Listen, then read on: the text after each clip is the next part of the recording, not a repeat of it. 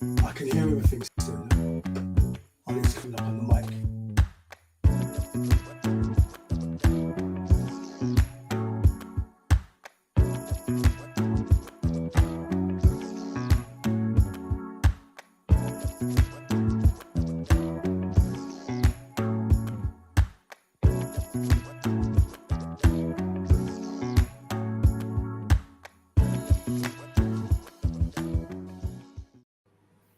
Hey, hey, hey, lovely people. It is me, Debbie, and I am waiting for Maurice. He was just on and he has disappeared. So, welcome to another gym time. Get your motivation with myself and Maurice. And yeah, we are back after not being here for a couple of weeks. And Maurice is going to probably explain why we haven't actually been on. But I hope that you guys are all doing well out there this Monday evening, no matter where you are. I'm in the UK and it is exceptionally cold at the moment. For anybody who's living in the UK, you know it is freezing, absolutely freezing. And so I'm trying to keep warm indoors, hardly going out, but we are here and we are looking forward to sharing with you as we do every time we do gym time. There's so much to talk about, so much conversations, relationships, and just the conflicts, just all the crazy stuff that can go on relationships. That's what we're going to be speaking about today. And hopefully giving you some resolutions to those conflicts that you're having. And every week, for those of you who have not been on, we always do a disclaimer. So here's Maurice, he's back on. And for Yes. those of you Hello. Good evening, who everybody. know him as Maurice, I call him Paul, but you guys can call him Maurice. But yeah, Call me um, as long as as we it's a think you name jumped that's off, I don't know acceptable. how come you just jumped off, but No, the do you know signal.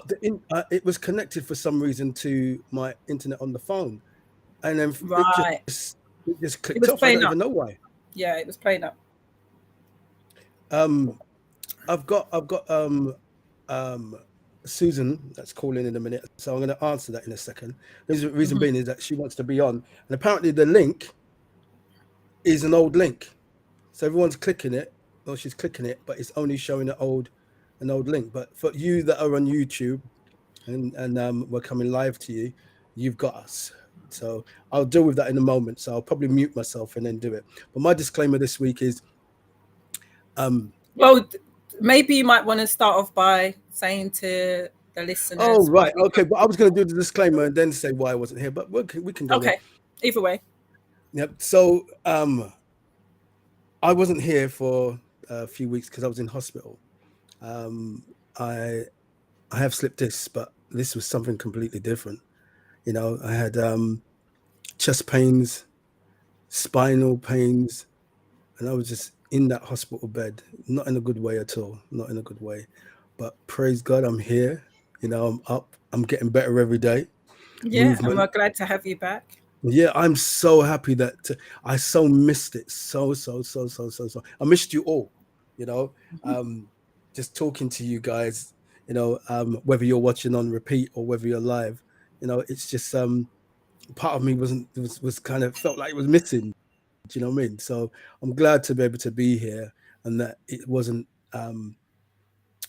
bad news that must tell you guys, because as I said, it was pretty bad. It was especially the chest pains. It was, you think all sorts, but yeah, I'm on the mend by God's grace. All right, so thank you, God. Well, you're looking Um, well. do you know what? If I showed you the picture of how I was, neck brace on, I was just like, I didn't look nothing like this. Trust me, you No, know. And yeah, but I'm grateful. I'm really grateful. absolutely We can't grateful to we God. can't take life for granted at all. You don't know if you got a long or a short one. So make the best of what you have. And that's why we do these shows as well, because we're in relationships with our spouses or other people, family, friends, whatever else it is. And we're in conflict. There's so much conflict that's going on. And I'm really happy for this subject tonight. I'm happy for all the subjects, but I'm definitely happy for this one tonight. So my what do I want to say? My disclaimer tonight is that whatever we have, we'll do our best to encourage and empower you. That's what we're here to do, getting you to see things from a different perspective, challenge yourself. We're not counselors as such with all the accreditations and stuff, but we are experienced. There's no defamation of character, so anybody who knows me and I'm speaking about who you are without your name, don't beat yourself. Yeah, don't beat yourself up. Come and debate. Because I'm only going to tell the truth, and I'm going to tell it from my perspective as well. You might have a different take on it, but I'm never going to just make it one-sided. I'll always expose myself as well, because I'm not perfect, and neither of us are. But this is because of the experiences, traumas, etc., that I've been through, or we've been through, and we'd like to share it with you. So, don't, as I always say, nobody come and try cut with neck. So over to you, Debbie. I'm going to answer this while you're doing your disclaimer, right? Okay, go ahead. So for those of you who know, I say, like every week that we come on, or like we haven't been on for a couple of weeks, I say that naturally we are on here to encourage and inspire you. And what I know, I will share with you. What I don't know, I just don't know. But anything that we bring to you, we do hope that it enriches you, encourages you, it motivates you to live like your best life in your relationships. And so for me personally, every time when I come on to share, it is coming from a place of experience, but it's not coming from a place where I know it all, simply because you go through things tried and tested, and some things work, some things don't work. What I do know is the things that have worked for me, I will absolutely share that with you and hope that it enriches you and make your relationship better. So we're going to crack on, and we are going to speak about conflict resolutions, how to work through conflict in your relationships.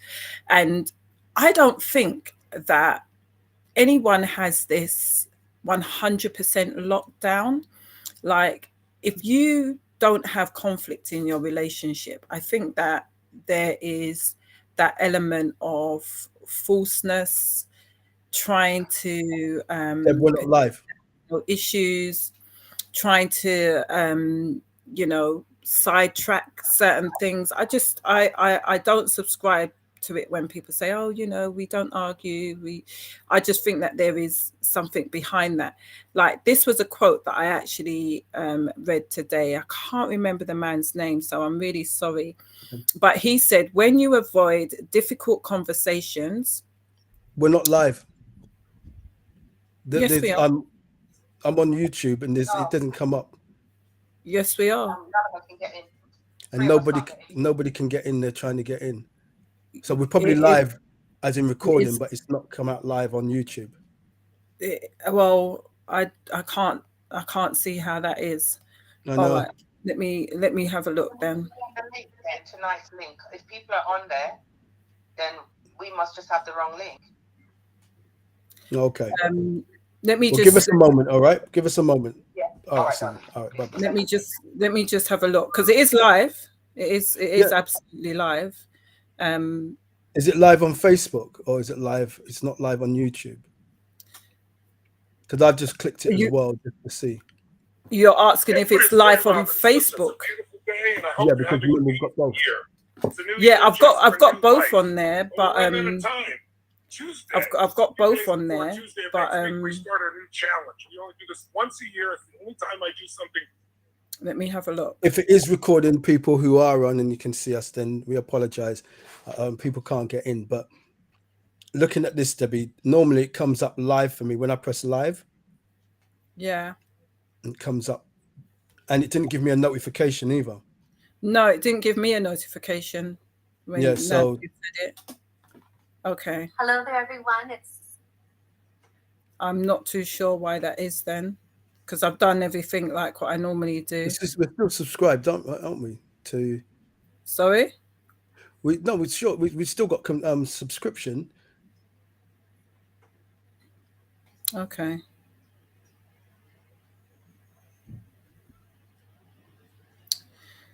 Let me have a look, because there's no point in continuing if it's not live. I know. We'd have to go out and come back in. Yeah, do you want me to end it? Oh, so let me have a look. I know. We are live. Go out and come back in. Do you want me to end it? Oh, so where did you find that? I know. It's live. I can just see it there. Okay. So what are they saying? The link isn't correct? Yeah, the link isn't taking them in at all. Okay. I pressed it as well to see, and it took me to an old one.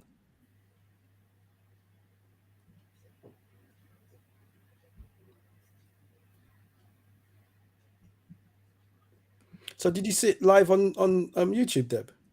Yeah. So that link should take them at least to the site. It should take them there. I know. I can see us on there live.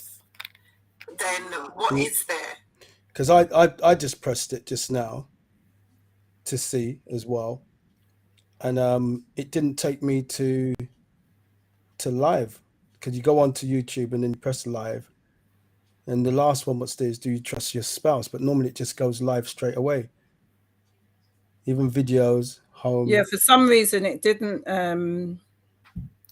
So it's taken. If they click on the link and then they click onto live, it will.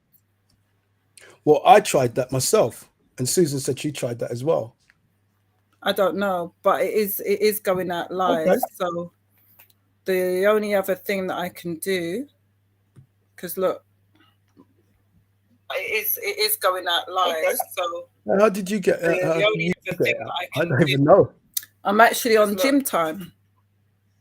It is going out. Because it's gym time. It will show. It will definitely show on Gym Time. If you go YouTube, it's supposed to show it live. It is going out. So the only thing that I can suggest is for them to go on to Gym Time, go on to Debbie, Maurice and Debbie, and click onto it. But you say that you tried that and it didn't work. Yeah, no, I went on YouTube to see. I clicked it on Maurice and Debbie at Gym Time on YouTube, and there's nothing live on there because they've tried to get in several times. So they're saying that they can't get on at all. That's really weird. Because there's no one on Facebook and there's no one on YouTube. They're saying that they've been trying it. Like, because I'm going to go and click the link again. So the link that. Well, one person's on there. So I can see that one person's on there. So let us know who that is on there and where you are chiming in from and how did you actually get onto the link, because it seems as though we're having problems. That's me. Okay. So if that's you, how did you get on then? Yeah. How did you get on then? Yeah. No. Well, I've just pressed it. See. Yeah, as Debbie said, please let us know so please let us. Yeah, I just got a message. I'm sorry. Sorry. Someone else just sent me a message on another group, that's saying that they're trying to get on. Okay, what I'm gonna do. It is live. It is live. I don't understand why the link is playing up. Yeah, it's taking you to an old one. The site. It should take them there. I know. All right. What I'm gonna do, I'm gonna take the link off of the site. Okay. And I'm gonna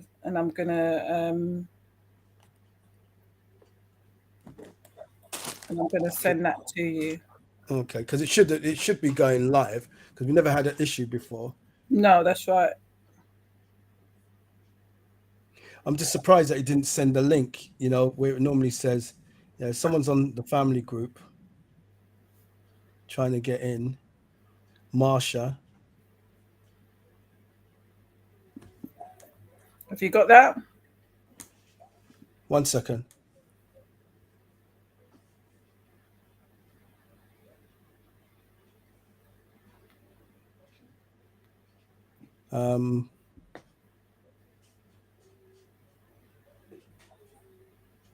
So this is the link here, yeah? This last one now. Yeah, I just literally took that off of the live.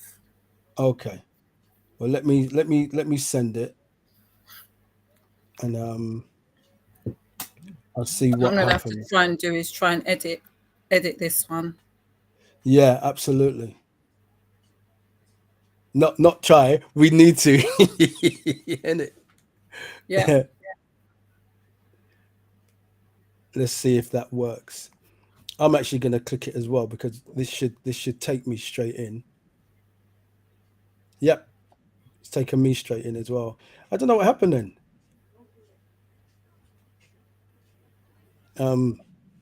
That's really odd.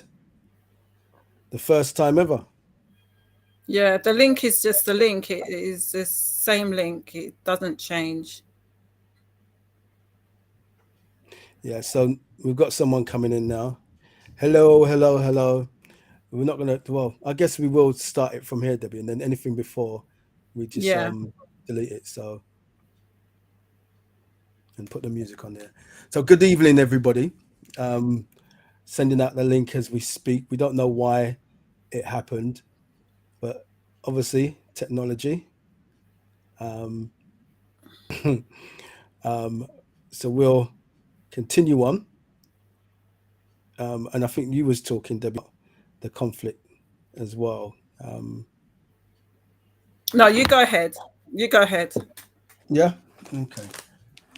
Well, what I was gonna say is that I was reading some notes earlier on, the meaning of conflict resolution, and somebody wrote, conflict resolution is a way for two or more parties to find a peaceful solution to a disagreement among them. The disagreement may be personal, financial, political, or emotional. When a dispute rises, often the best course of action is negotiation to resolve the disagreement, which comes into the play of saying communication.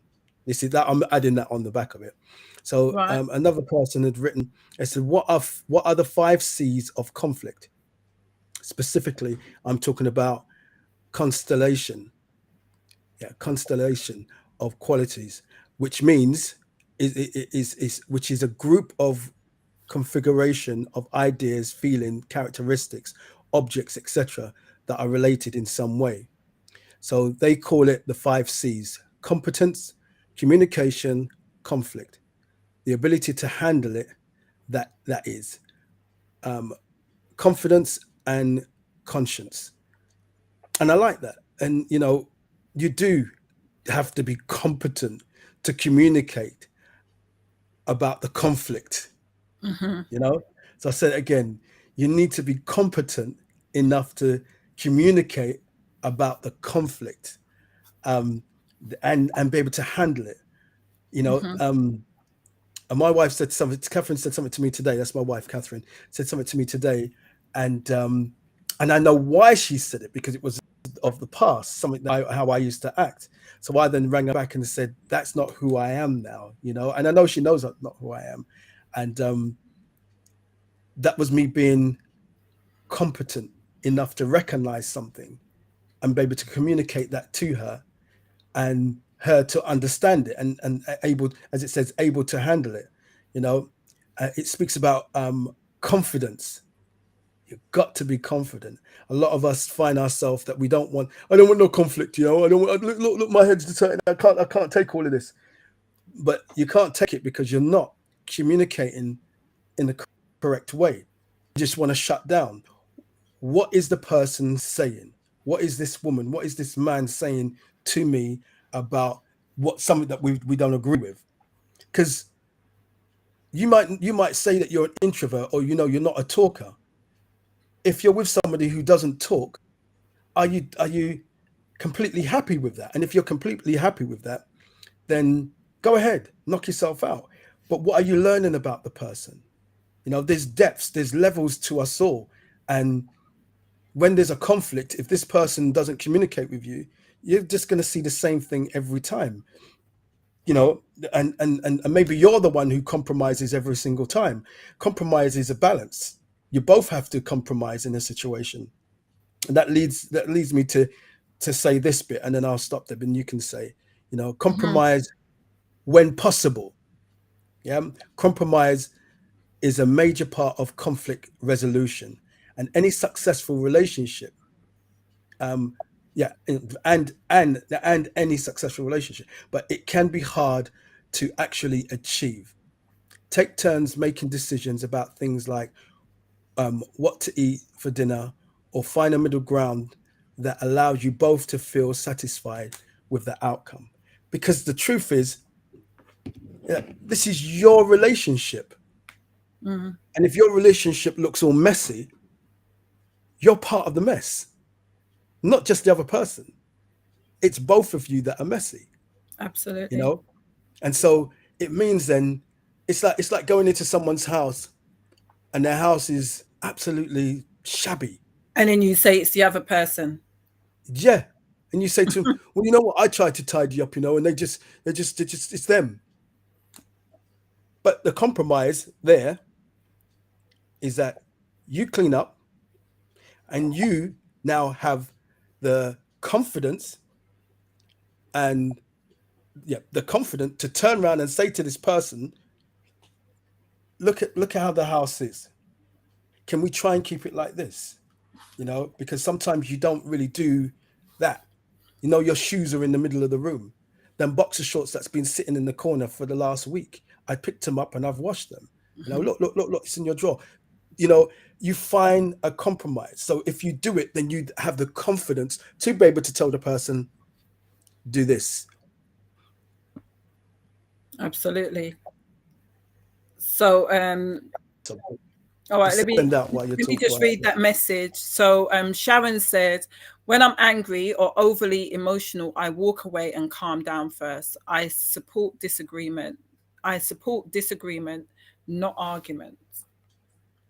Yes. And I understand that. And I think that that's the best thing that you can do, because if you are over emotional, you will say the wrong things at the wrong time. And I've found that it's essential for me to choose my battles as well. Like, there's not everything that I'm going to rise to and have an argument or even a conversation about. I've learned how to shut things down, and I've learned how to walk away, you know. And I think that's been kind of difficult and challenging for me personally, because I like to resolve issues. And if something isn't being resolved, I want to keep on. I think most women are like that. They want to resolve that issue. But if you're with someone and they want that space and they want that time to just go away and reflect upon it, then we've got to, as women, we've got to respect that and allow them their space just as much as we might want our space. So I read this today on Instagram, and I thought that it was really quite giving, as they say. When you avoid difficult conversations, we trade short-term discomfort for long-term dysfunction. I have to say that again. When we avoid difficult conversations, we trade short-term discomfort for long-term dysfunction. And One more time. Sorry. When we avoid difficult conversations, so the conversation is so difficult for you to have, we trade that short-term discomfort for long-term dysfunction. And I put that on my status on my WhatsApp, because I have certain conversations with myself and with God. And when I read that today, I was just like, that word just there is so powerful. If people was to grasp that, they will understand that discomfort, you not wanting to have that conversation because you're concerned or worried that it's going to cause conflict. Yes. Short term, it might seem okay, but long term, it's just going to be dysfunction. And for me, I'm learning more and more each day, not just from my own experiences, but from the people that I actually work with, in terms of the interpersonal conflict, where you're having this conflict with someone and you both don't have the ability or the capacity to deal with it. And this is something that I've actually looked at over a period of time. I might have the capacity, or somebody else might have the capacity, but it might not be like that all the time. One person, I find this often, one person has the capacity to deal with the challenges and the issues, and somebody else doesn't. And what we also have to remember is that we are dealing with people who have a past. And so oftentimes what we tend to negate is the fact that people have a past.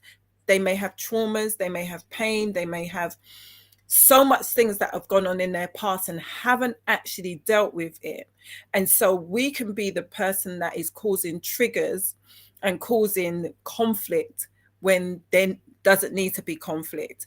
And I want to throw that out there because sometimes, like my brother was saying earlier on, we think it's about that person, but we may be adding to that situation that is causing conflict. And it's for us to look within ourselves and understand that what is it that I'm doing, what is it that I'm saying that is maybe causing conflict, and how can I actually change that? If we are quite introspective and think about ourselves and think about how we communicate and how that person may perceive it, then it will work for us. Because if you think about it like this, me and my brother, we communicate all the time, but we've grown up in the same household. We've got very similar values, especially the fact that both of us are Christians. However, there are certain things that we disagree on, but that would be shaped based upon our experiences and so forth. But does it mean that what my brother says is of no value? No, it's of value because that's his experience. That's what he thinks. That's what he believes. That's right. And so when we don't acknowledge that somebody else, what they think and what they believe and their values and all of that, when we don't respect that, there is going to be conflict. Let me read what John Gottman, he's one of my favorite. If you haven't heard of John Gottman, check him out. It's Gottman, John Gottman. He is phenomenal when it comes to relationships and coaching. And I should have bought one of his books. He's got a book called The 7 Principles of, making a marriage work or something like that. I can't remember. But he is a really good author, and you can find him on YouTube as well. He's spent, I think it's like 3 decades in dealing with relationship and conflicts and all of that. So this I wanted to read. I found it on Paired Life. I haven't come across this before, but there was marriage.com which linked me to this, and it says interpersonal conflicts occur when there are differences between individuals. These include differences in people's motive, goals, beliefs, opinions, and behaviors. While there are always differences between two people in a relationship, a critical factor that causes conflict is when one person's wishes or action hinders the other person's. So if you look at it, the conflict can be caused because of people's differences. This is where conflict comes from. And they've listed a few of them: your motives, your goals, your beliefs, your opinions, and your behaviors. And so for me, let me give you a scenario, which I think I've shared it before. My ex-husband, he, whenever you would call him, he would say, "What?" Yeah. Now, Paul will tell you, we grew up in a house where we say, yes, mummy. Like if my brothers call me, I would say yes. So we grew up in a house where we didn't say what. What came across as quite disrespectful. It's like, what? What do you want? What? Yeah, what do you want? We consider that quite disrespectful. However, my ex-husband, in his household, that was perfectly fine. And so here I was with somebody who, when I called them, they said what? Instantly that caused conflict. It caused conflict because here I am with my beliefs, my opinions, my values, and here he is with his. And so it caused instant conflict. Now, did it change overnight? No, it didn't change overnight. But I made a conscious decision that I realized that his motives was not bad. His reasoning for doing it was not because he was trying to be disrespectful or anything like that. So whilst I knew his motives were pure and right, I could then take a back seat and say, this is how he has communicated all of his life with his family and friends. And so he's not trying to disrespect me. He's not trying to talk down to me. He's not trying to devalue me or anything like that. This is how he's been brought up. And so if I never allowed myself to take a back seat, that would have been an ongoing conflict. Now, over time, he changed. He stopped saying what and started saying yes. So because I didn't make it be a constant issue, he then changed his language over time. But I believe if I was constantly making it being an issue, there would have been a constant conflict there, and he would have got his back up, and he would have constantly probably been saying, I'm not trying to offend you, I'm not trying to upset you, I'm not trying to disrespect you, and that conflict would have continued. So I wanted to throw that out there, because we have to realize that our beliefs, our values, our upbringing, all of those things are going to be different from somebody else. And when they're different, that's where conflict is going to happen. But if we understand people's motives, and we know that they're not against us, they are for us, we can then rest in the knowledge of, we just have different values, and we just have different beliefs, and we just see things differently, and that's fine. Over to you, Paul.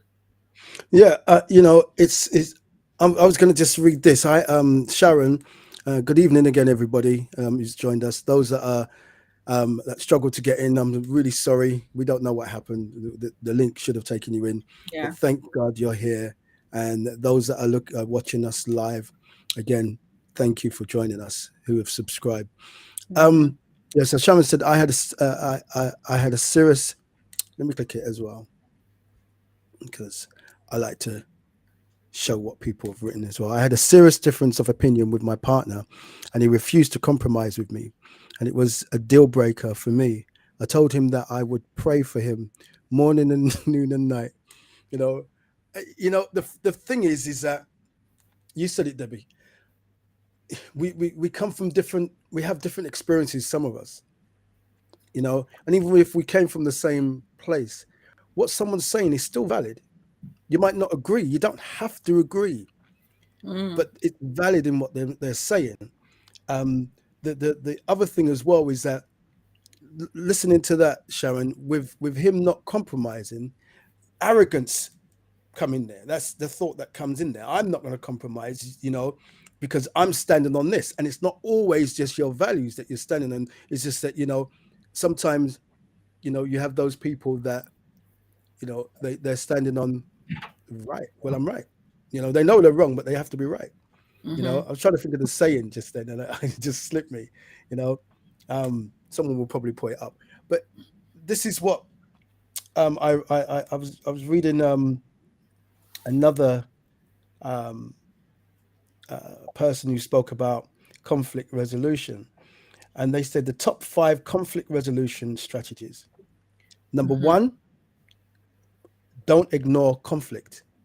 Yeah, it's there I'm elaborating now. It's there because there is an issue. It's there because something is going on, whether or not the person, as men, we do this to this comment that I'm going to make. They're on their cycle, and we think, but you should be able to, drag that back. Some people can't. That's like someone who is trying to wean themselves off of whatever drug it is, and someone comes and put a parcel of it on their doorstep. What do you think they're going to do? They're going to say, I'm weaning myself off. No, sir. You're going to find that person is saying, this is my last time. And it might be their last time ever. But nevertheless, you can't be arrogant. You can't. And I say can't, you're in a relationship with somebody. You shouldn't be arrogant. No, you shouldn't be. I know I should say shouldn't, but listen. you are in a relationship with somebody. If it's a case that it's not working and you've communicated with this person, you know, you tried to some form of resolution and it's not working, at least you did that. You can't just chop someone off and say, cha, you don't know what you're talking about, you know. Listen, you always chat, you know, or you're always this or you're always that. And that word always, I don't like it. I don't like it at all, because sometimes you're not always, you know. It might be a lot of the time, but a lot of the time doesn't make it always. Always is always, you know. So don't ignore conflict. Number 2, clarify what the issue is or issues, because sometimes some people are Sometimes carrying. there ain't no issues, you know. Yeah. Sometimes it's something that someone don't like, and it's nothing major, but it becomes an issue because that person isn't hearing what the other person is saying, and it just blows up. It just gets bigger and bigger for no reason. I did that in life coaching. You know, someone says I don't like my job, but it's not actually the job that they don't like. It's the manager and how he translates, or the supervisor, or a group of other people that are in there. So it's not always what it seems. As such, yeah, absolutely. You know? So clarify what the issue is. Yeah. And stick to the issue. Stick to that. That is so important. You see, if you've got 5 different issues, deal with number 1 first. That's Whichever right. one you brought up first, deal with that first, that you've resolved that. You can't say, I didn't like your shoes on when you just fling down your shoes there. And he says, okay, well, I'll pick up my shoe. And I don't like this. And it's not even just that. The shoes that you bring in, it's just like, well, he just answered you. You know, he's going to, or she's just answered you. You just leave the dirty plates in the sink. And then last week, what you did is that you didn't, you know, the stuff that was in the tumble dryer. Yeah, it was me that had to go and do it. And you're just listening and you're listening. And it's like, well, which one do you want me to answer? Which one do you actually want that person to resolve? You know, so you have to listen to yourself, how you, men and women, how you're overloading and overloading. Yeah, sometimes it's too much for individuals to deal with when you're constantly bombarding things, because if you want someone to deal with an issue because there's conflict there, then deal with that conflict. Stop layering it and bringing up things from the past and not allowing that person to address that thing, because they will just shut down. They won't even bother to deal with that issue or any of the issues. They would just simply just shut down, and then you would not have resolved that conflict. You would not have been able to have even dealt with the first one that you actually wanted to deal with in the first place.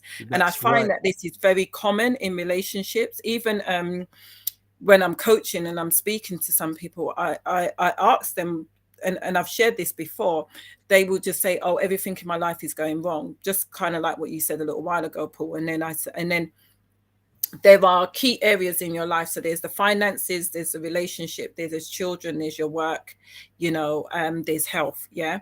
And so when I might ask somebody, like, without them actually knowing, I'm actually going through all of these things. So I'm saying, oh, okay, so how's work going? How's the kids? How's your health and all of those things? And then we get to the actual problem, and it might be their job, it might be their children. We actually get to the issue, what the problem is. But when they initially start the conversation, they will say, oh, my life is just a mess, everything is just going wrong and so forth.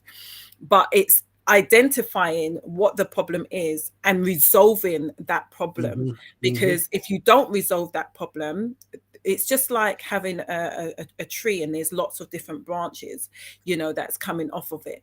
And if you're not dealing with the issue and just dealing with all of the leaves and dealing with all of the branches and not looking at the root of the problem, then you're not going to be able to resolve that conflict. You're going to be looking at all of the other things that have stemmed from that problem. So it's looking at the initial problem and dealing with that, not all of the fluff, not all of the branches, not all of the, you know, the leaves. Look at what the root of the problem is. When you deal with the root of the problem, then all of those other things will be eradicated and you're not going to be in such conflict with your partner.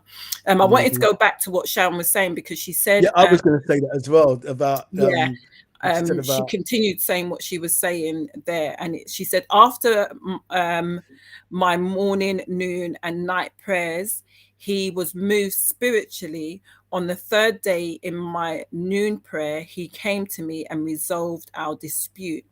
this issue never resurfaced. That is awesome. So for Yeah. those of you who are believers, our secret weapon is to pray. So sometimes And what fast. happens is that, and fast. Sometimes what happens, we tend to want to fight in the natural, but oftentimes what we have to be doing is fighting it in the spiritual, because there are things that happen spiritually that we are totally unaware of.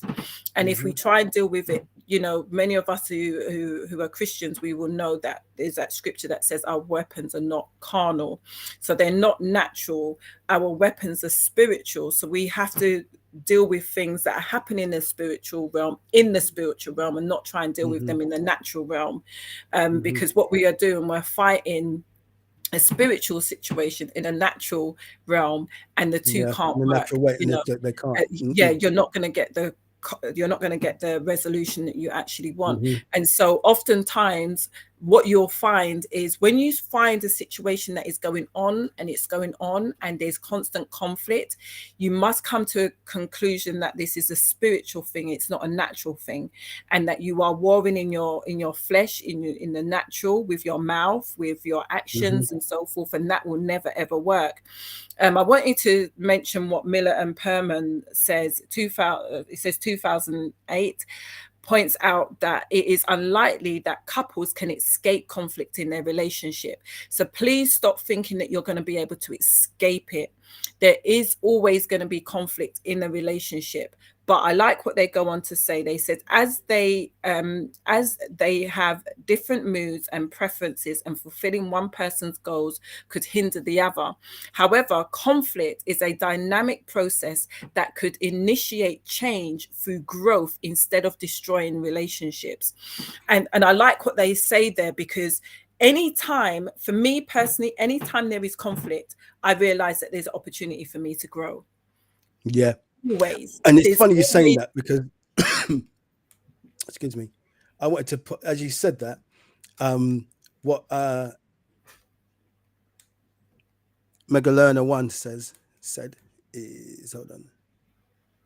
Oh, come on. Here it is. All right. So that is Susan.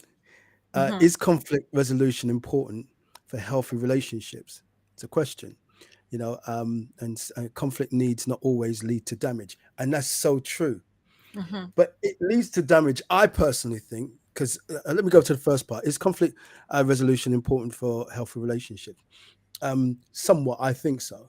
You know, because it will. I believe that two people coming together, no matter how long you've known each other, you're going to stumble over certain things. You're two different, coming from different walks of life, and even if you do come from the same walk of life, it's like, I'll give you a good example. You go, I'll use it as my example. You become a Christian, and you meet a Christian wife, and all your ideologies of what you believe as a Christian woman or a Christian man should be can be blown out of the water. Now let me jump back into the other way. You're in a nightclub and you meet somebody, and you meet this woman, and your ideology of how, you know, she's a good woman, you know, she's shown herself to be a good woman, because I've had both, yeah. And as you're going along, you think, what the backside? You're going out again this week. You were just out last week and the week before and the week before. Can't you take a break? She says, well, this is me. This is me. You met me in a nightclub. Yeah, but you don't have to go out every week. That's where you met her.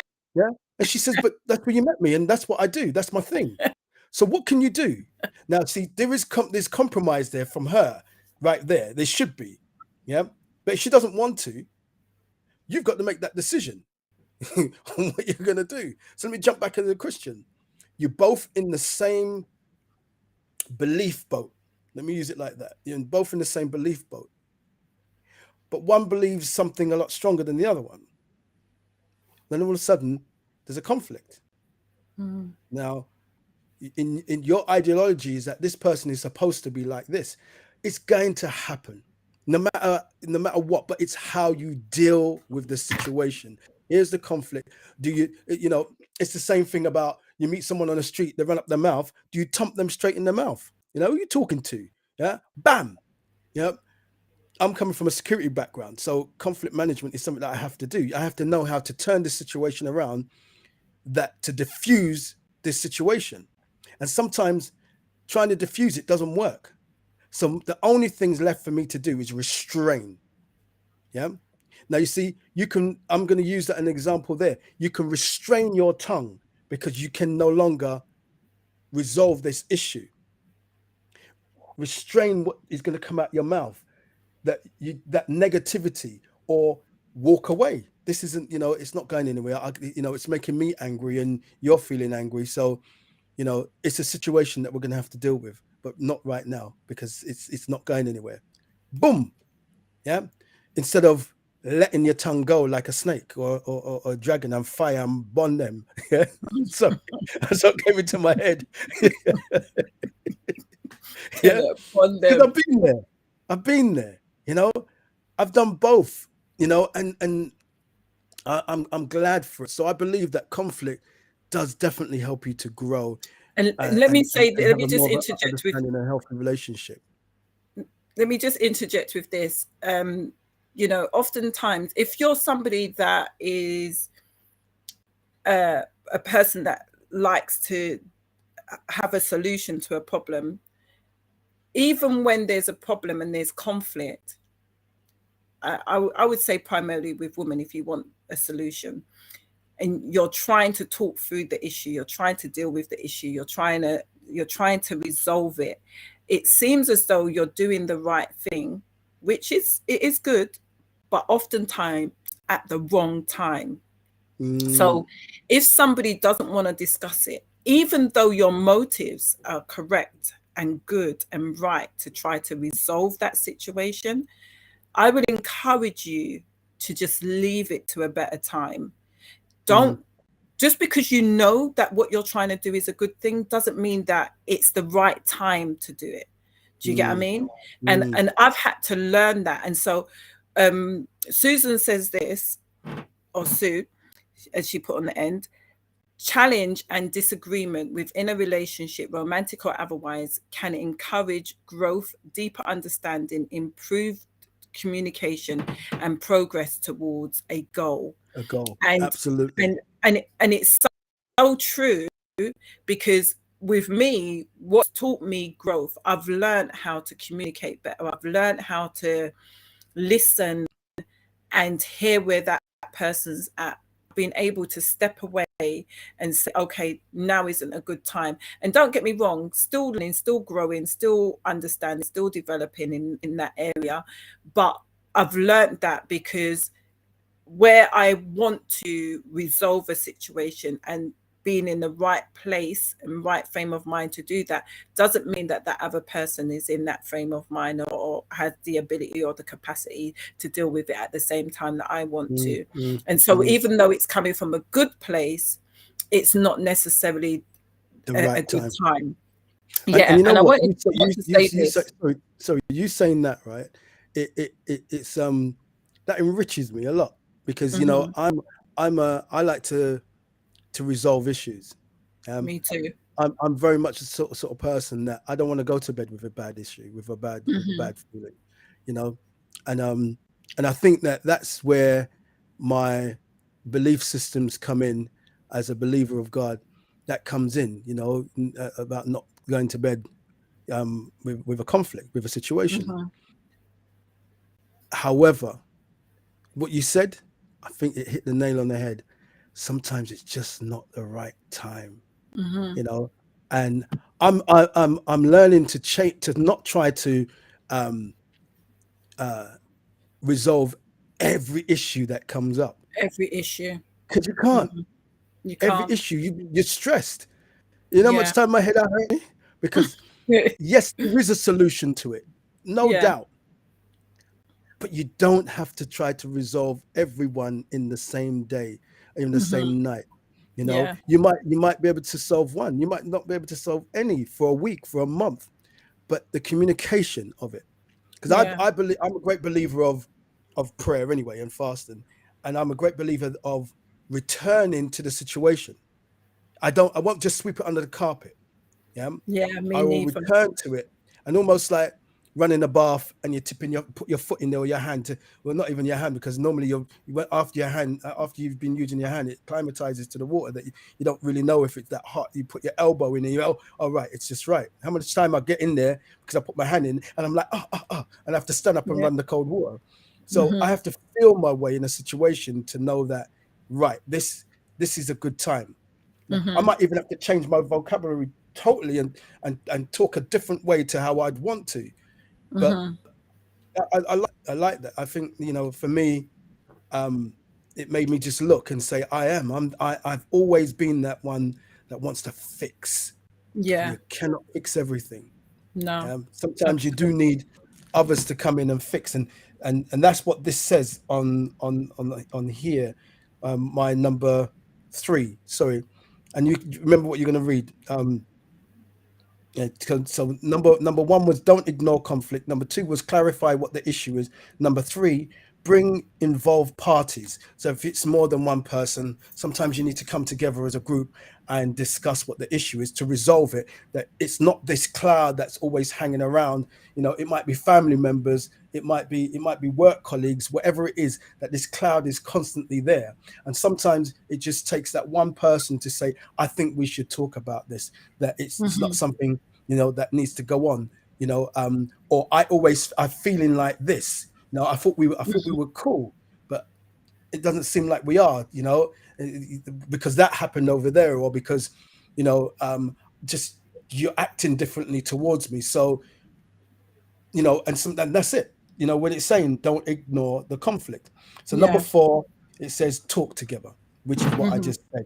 Identify a solution, continue to monitor and follow. This is what they've said, you know, when they say continue to monitor, and it's not like you're, what if you know, and monitoring. No one wants to be monitored as such, but I understand where they're coming from, you know, to see if the situation to see if the tide is turning, to see if it is going in a better direction, and then go back to the person and say, you know what, I love what you did the other day, you know, it really, you know, it helped me a lot because blah blah blah blah blah, you know, and you know, I don't like putting words in people's mouth, but you do need to turn and let the person know that, you know, I appreciate you trying, I appreciate you compromising there because you didn't need to, and I respect that. Thank you. For a man, I'm telling you, that right there, you're walking on a mountaintop, because you've shown him that you haven't validated him as such, but you validated what he said. That's me. Go ahead. So Sue has said, I think that couples need to have certain ground rules before even attempting to resolve conflict. And I agree. I absolutely agree. But those ground rules, I'll be honest with you, if they're not laid before you even get married, what you're going to experience is when you try to lay those ground rules, if somebody isn't on that same kind of level, and I've experienced this, if they're not on that same kind of level, then they're going to feel as though you're trying to bring something into a relationship that isn't necessary. So let me put it like this. I've experienced that, where initially there wasn't that ground rule, but I saw the need to bring that in so that we can resolve conflict. And then it almost seemed as though now I'm trying to assert my authority or trying to bring in something to deal with a situation. But for me, I thought it's good now that we have boundaries, that we actually have a structure on how we're going to actually deal with conflict and deal with challenges that come our way. So, like, for instance, we was talking from a biblical perspective, where, you know, don't let the sun go down on your wrath. Don't allow it to become the next day and we're still in conflict. To me, that's you setting ground rules. That's you setting a precedent for your relationship. Let us not go to bed with this issue. And if one person is bringing that into the relationship later on, the other person can be feeling like, no, I'm not going to do that. I'm not going to listen Yeah. to what you're actually saying. Mhm. I don't want to do that. If I'm vexed, I'm just vexed. You're just going to have to hold it in it. And so it's good when two people are on the same page, but when you experience constant conflict and there's lots of different issues that are going on, to introduce something like that, if somebody isn't on the ball with you, it just causes another conflict. It just causes another issue. Again, Sue said, and thanks for your comments and your conversation. Participation. Mhm. Yeah. As Debbie said, timing, neutrality, active listening, brainstorming to find mutual solutions. Absolutely. And what was this other one? Sorry. Challenge and disagreements within a relationship. Oh, we said that one, Oh, didn't you we? said that one, yeah. No, the last one was the key word is mutual, and I agree it should be I think at the couples need beginning of the to have a relationship. certain ground rules. Oh, yeah. All right, Mhm. sorry. So for me, I wanted to read this other bit that I pulled up from this website, which I thought was also good. Couples, perception, thoughts, values, feeling, influence how they interpret conflicts, situations, and can strongly shape the outcome of conflicts. However, the three elements of conflict, issues, relationships, and emotions, must be dealt with if the conflict is to be resolved. The way that couples respond to interpersonal conflict could either be destructive or disruptive to their relationship, constructive or disruptive to their relationship. And we kind of touched on it a little bit before when they mentioned that it can actually enrich your relationship. Now, if you don't know how to deal with conflict, if you don't know how to resolve conflict, and one party does know how to resolve conflict, either you're going to do, because I think this, when there is conflict and one person knows how to deal with conflict and are looking for resolutions, and the other person doesn't have the understanding or the capacity to do that, they feel belittled. They feel That's as right. though you are trying to assert your authority over me, and you're trying to make me bow to you. But the reality is that if somebody is stronger in that area, let them be strong in that area to help to resolve the relationship issues that you're experiencing. Because if they you in both, turn will have something that's strong about them. They might be absolutely, good with money, they might, be more absolutely, domesticated, whatever it is, and the other whatever it person is not. is. Yeah. Right. But what I find in relationships, we're all going to have strengths and we're always going to have weaknesses. Absolutely. And if somebody is stronger in that area, let them be strong in that area. Let them be able to say, you know what, I think that we need to set boundaries. I think that we need to look at how we're going to deal with the resolution. I think that maybe we might need to go to counseling. I think we might need this kind of support. Let them be strong in that area, because otherwise what you're doing is saying, no, I'm not playing ball. I'm not going to do this, even if it can benefit both of you, because the whole idea about resolving the conflict is not for one person, it's for the both of you. And if both of you are working at it with your strengths, then we are absolutely going to be able to have the ability to move forward. Hi, Sue. Good to see you. Hi, sweetie. I've got That's two of you at the rhyming. minute. I'm just going to find stop one. Hi, sweetie. I could hear Good the to echo. I have hope you you can on hear it this. at your end. Always great to have you on. Hi, Marshallette. Yes. Family. Hi, Marshall. Hi, family. If any time any of you'd like to come in live because you want to chat, like Sue has, let me know or let Debbie know, and we'll send you a link that you can come in and give your 2 pence earpenny. Okay. And for those that don't understand read what you'll be able to have Marshallette your says say. there, Paul. Hi, family. For sure, conflict in any relationship is an ingredient for either growth or damage. It is all about the response. Absolutely. you know, we were saying earlier on, how you answer, or how you put your point across, can be what's the word, Stumbling a block. breaker. No, Yeah, breaker. deal breaker. Before breaker. Huh? What did you say? That was the, you know, the last bit I put on was actually about saying that there are different factors. Yeah. I think one of the problems, with this whole scenario is that word conflict. Yes. Yeah. It I has a know what you mean. negative connotation. It's supposed to So have. once, yes, and I'm not saying I agree, but in our Yeah. minds, I believe it has a negative connotation. Mhm. And once somebody starts, you know, we work in certain fields and we start using terms like conflict resolution, they're normal, we accept those. But Yeah. most people will say, I had an argument. Yeah. That's right. Yes. We want to resolve Yeah. the argument, right? We had we had a Barney, whatever. So I think that's part of the issue. And like Debbie said, at the beginning of a relationship, you can set those ground rules. But I also believe relationships are organic. They will evolve with time. They will grow. Different things will happen. Different challenges will happen. So yes, you might move goalposts. Yes.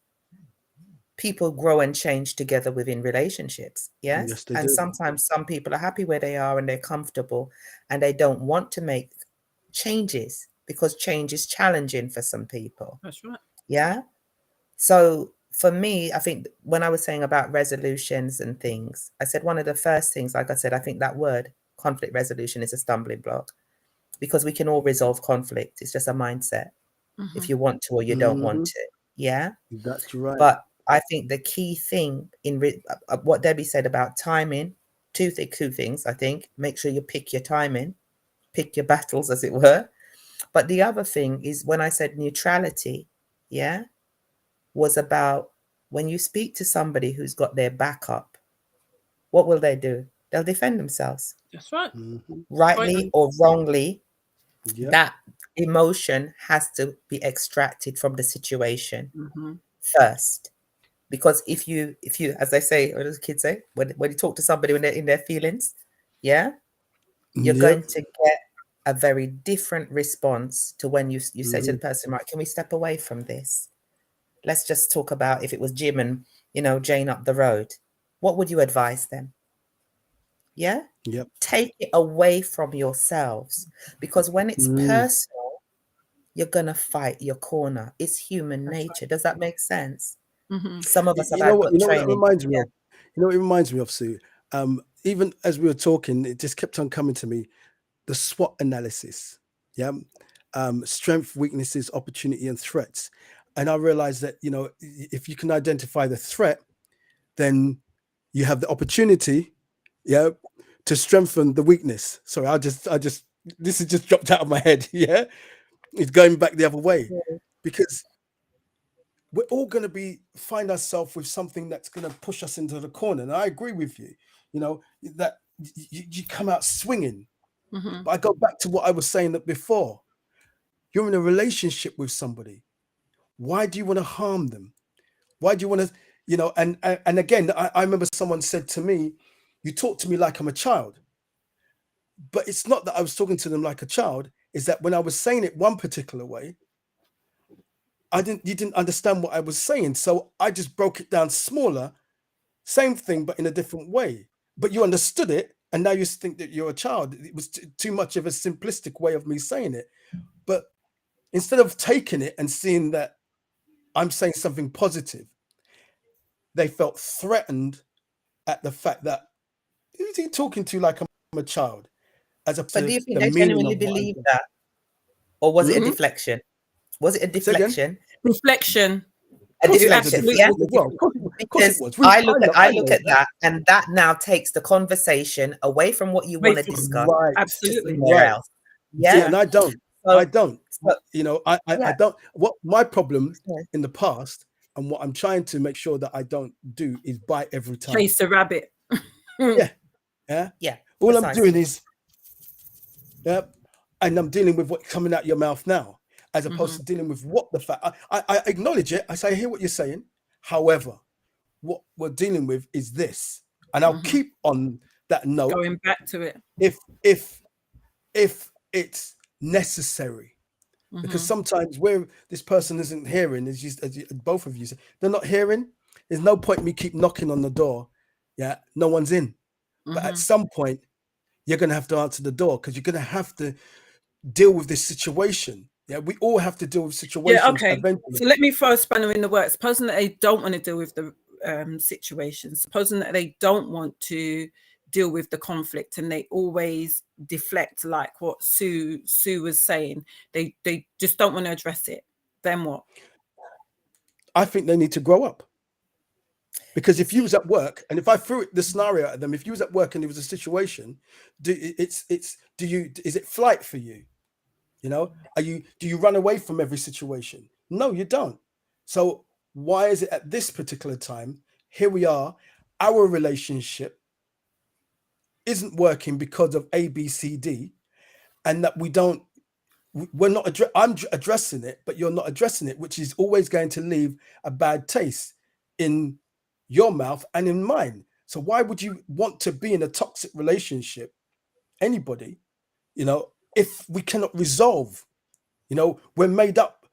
I think we all have a mindset, some deeper than others. We're analytical. We're made to communicate.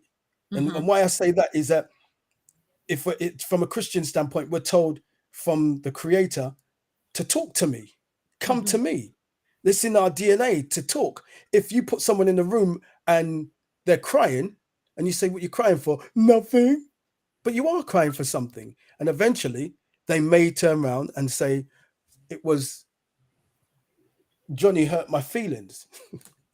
Yeah. But you understand what I mean? We're made to, we have a mouth. It goes back to what we were saying some time ago, Sue, with people. Sometimes it's not because people don't want to deal with the conflict. They don't have the capacity. They don't have the capacity to deal with the conflict. And so if someone doesn't have the capacity to deal with the conflict and to resolve the conflict, then you find yourself in a position where you are now trying to resolve something, trying to help the person to be in that space where they can actually deal with the conflict. But that situation there, and I've seen it played out in relationships where, because I primarily deal with the women, where a woman's trying to resolve the conflict and they're just going round and round and round in circles because their partner doesn't have the capacity to deal with it. So they now think that their partner doesn't want to address the situation, and that causes conflict. But it's not that they don't want to deal with the situation, because when you listen to what people are saying, when I ask some of these women, well, what is he saying? Oh, I don't want to talk about it now, or I will think about it and I'll come back to you. And they don't. I come to a conclusion that they don't have the capacity to deal with it, or there's one or two, or they're not going to deal with it. They're just not going to deal with it. They're going to constantly deflect and don't deal with it. But I tend to lean on them not having the capacity to deal with it. And so this is when I encourage people in their relationships to see if they can get a mediator, get somebody who's able to come in and have conversations, because we have this perception that everybody is able to communicate effectively, that people are able to express how they're feeling, that when people start shouting or swearing and so forth, that they're being arrogant or they're being disrespectful, when that's just the way how they are expressing themselves, because they're not able to express themselves verbally. You know, there's so much dynamics to it. It's not just as cut and clean. Are you saying that in an articulate way? Is that what you mean? You know, sometimes when you see that aggression, like, you know, they would say black women, when they're talking, they're aggressive, where we will say we're passionate, you know.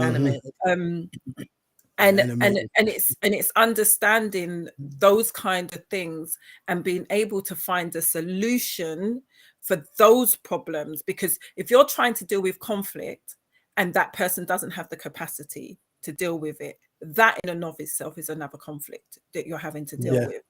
I You know, think going back to your question as you posed it, yeah, I think like you're right. There's can't and won'ts. Yeah. Mhm, Now there are people who speak and swear when they're speaking and there's no aggression.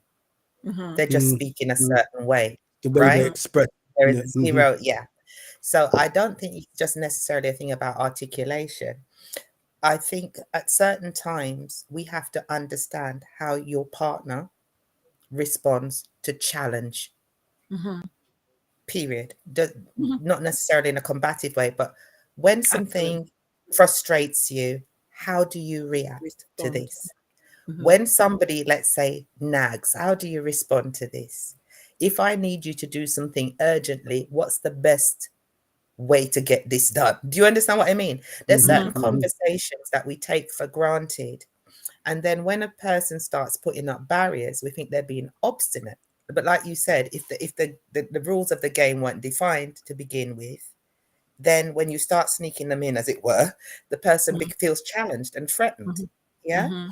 But that's why I said I'm very much about making the situation abstract. Yes. So instead of trying to get them to deal with the problem you and them are kind of going through, give an abstract scenario and see what their response is. Now, if you tell them a similar story, it's not your story, and then they come up with a solution. So, wow, isn't that brilliant? Mhm, How come that didn't happen when it was me and you? Do mhm, you Mhm. understand what I mean? Yeah. mhm. Yeah. Mm, mm, mm. Because that sounds like a really good idea. I think the problem with this term conflict resolution is that it gives an inference, possibly, that there's a loss somewhere and it should be a win-win situation. Mhm. Both parties should be happy with the outcome, agreeable Absolutely. with the outcome. Yeah. Yeah. Mm, Otherwise, it is mm. being done to one, and Mhm, you're imposing your will on another.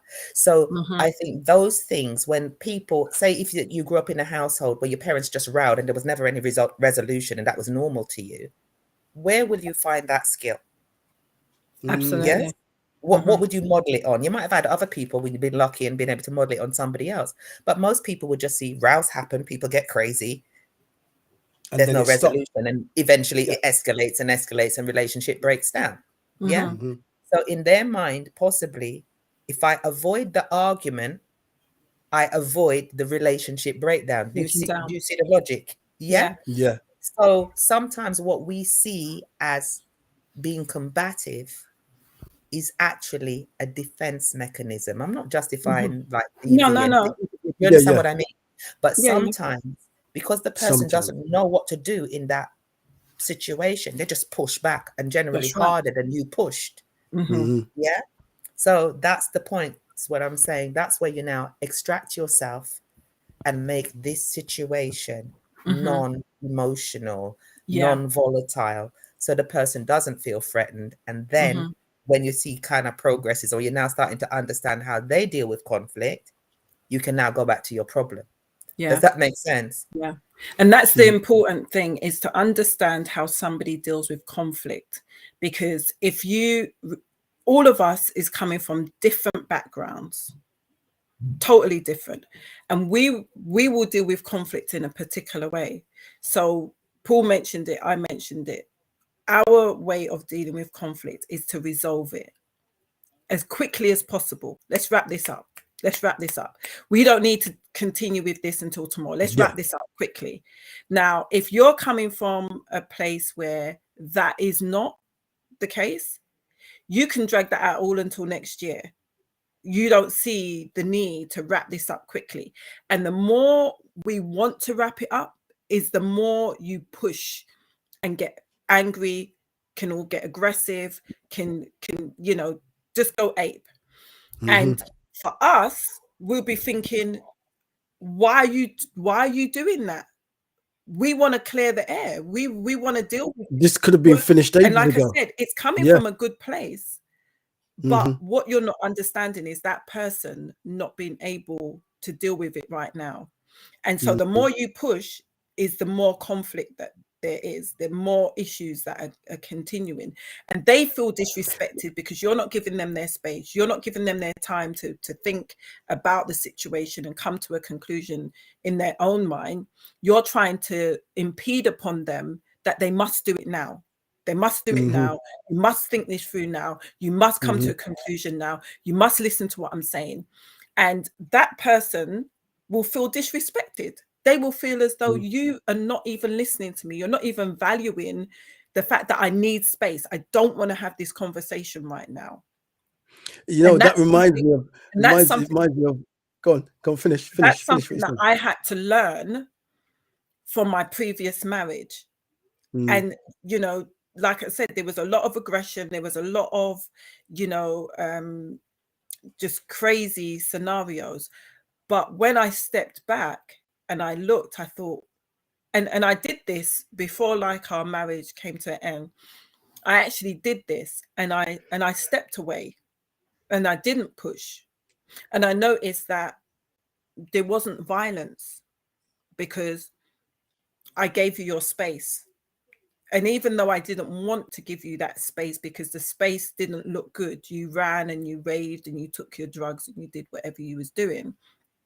I didn't want to give you that space because I knew what that space meant. And I didn't want you to enter into that whole world of, you know, doing all kind of nonsense. But I got to a place where I was just like, I can't control that. You know, if that's what you need to do, to go away, to reflect, to think, to do whatever, I can't control that.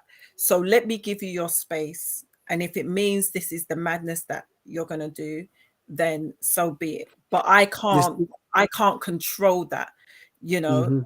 And that was difficult for me because it was letting go of something that I thought was rooted in a good place, as in let us deal with this issue. Let us not allow this to continue. Let us not allow it to escalate. Let us not allow it to get even worse. Let us deal with it coming from a good place. But see, I had a similar situation with someone, and they said to me at the end of everything, they said, if you'd given me the time to be able to,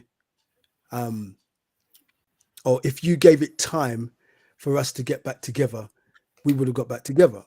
But in my head, you were the problem. What you was doing, I'm not saying that I didn't have any issues or that I didn't bring something to the table that was negative.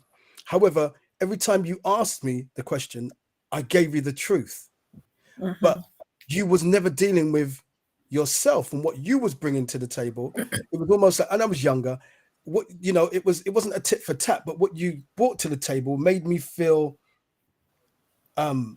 less of a man. You know, things like, I'll give an example of, she used to play Scrabble. She was brilliant at Scrabble. I'm not good at Scrabble. And so the negative thing that you said to me when we were playing, you know, even gave me like, I think it was 100 points or something like that, and come and clearly beat me. You're a word person. I'm a talker. Your intellect, or your vocabulary was more extensive than mine. Your spelling was better than mine. But we said it earlier on, strengths and weaknesses. And instead of looking at it that I can help him here, not that you're my mum or you're my teacher, we want to play a game. You're winning. You say, you know, do you know what this word means? No. What it means is this. All right. Okay, look at it. Spell it for me. Because we were supposed to be together, but yet you belittled me. And that's what you constantly did. That made me feel like, why am I here? I feel less than. And so that communicative person that people know me to be, I wasn't that. I drew into a cave and thought in my cave, how am I going to survive here? And I was broken before I came out, you know, not whole, completely whole, but I came out better than what I was in. And I digress. But what I'm saying is that for some people though, Debbie and Sue, they will always want to be right and stay, you know, in that place where I'm not going to compromise. I'm not going to have this conversation. I'm not doing anything at all. I think you said it earlier. So what do you do? You know, and you're saying that word conflict. You're saying that word conflict, Sue, and I agree somewhat. We say argument. You know, what do you then do if it's a case that conflict or arguments are never resolved and they're going on and on and on for years? I'm throwing it out there. Right. Two things I wanted to say. Yeah. We're all kind of similar. We like to deal with things. I know. Yeah. I know you do. Yeah. Well. Personality wise. And just being devil's advocate on this. Yeah? Is it potentially possible that even people who believe they're good at resolving conflicts, that mechanism to solve it now, fix it now, is also an issue, i.e., a defense mechanism, right? Like the other person will put, no, I don't want to, no, right? When we go towards somebody with this speed that they're not ready for, they may need more time, like Debbie said, to process something, to get to where we are. I know it literally bugs me if the person wants to, what we'd say back home, malice, and drag something on. Yeah? That's my inner timing. It doesn't mean it's the other person's timing.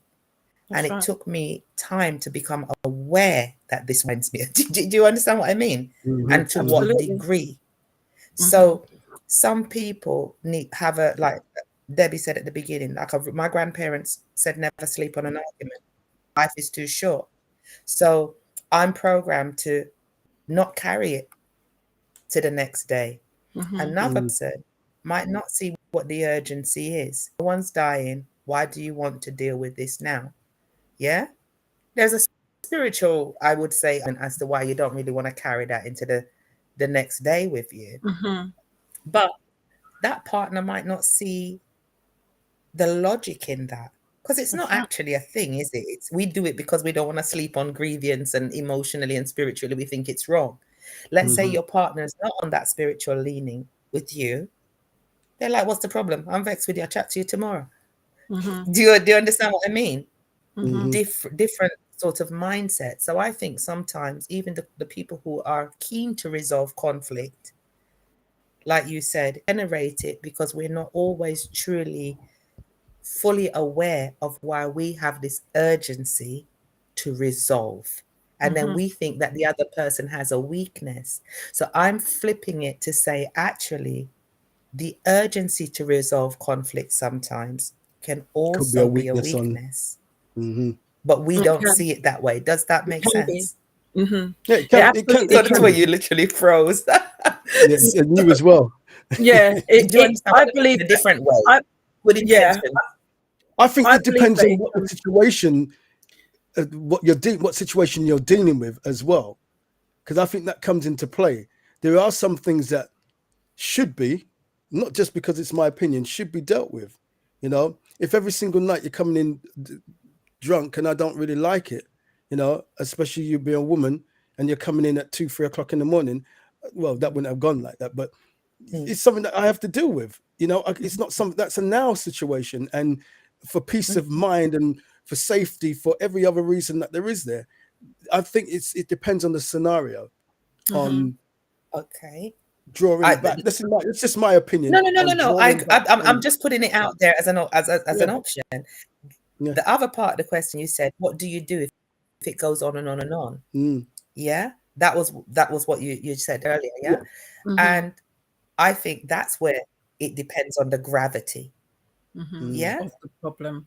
If this person, you're going to go to war because your partner won't put the cap back on the toothpaste,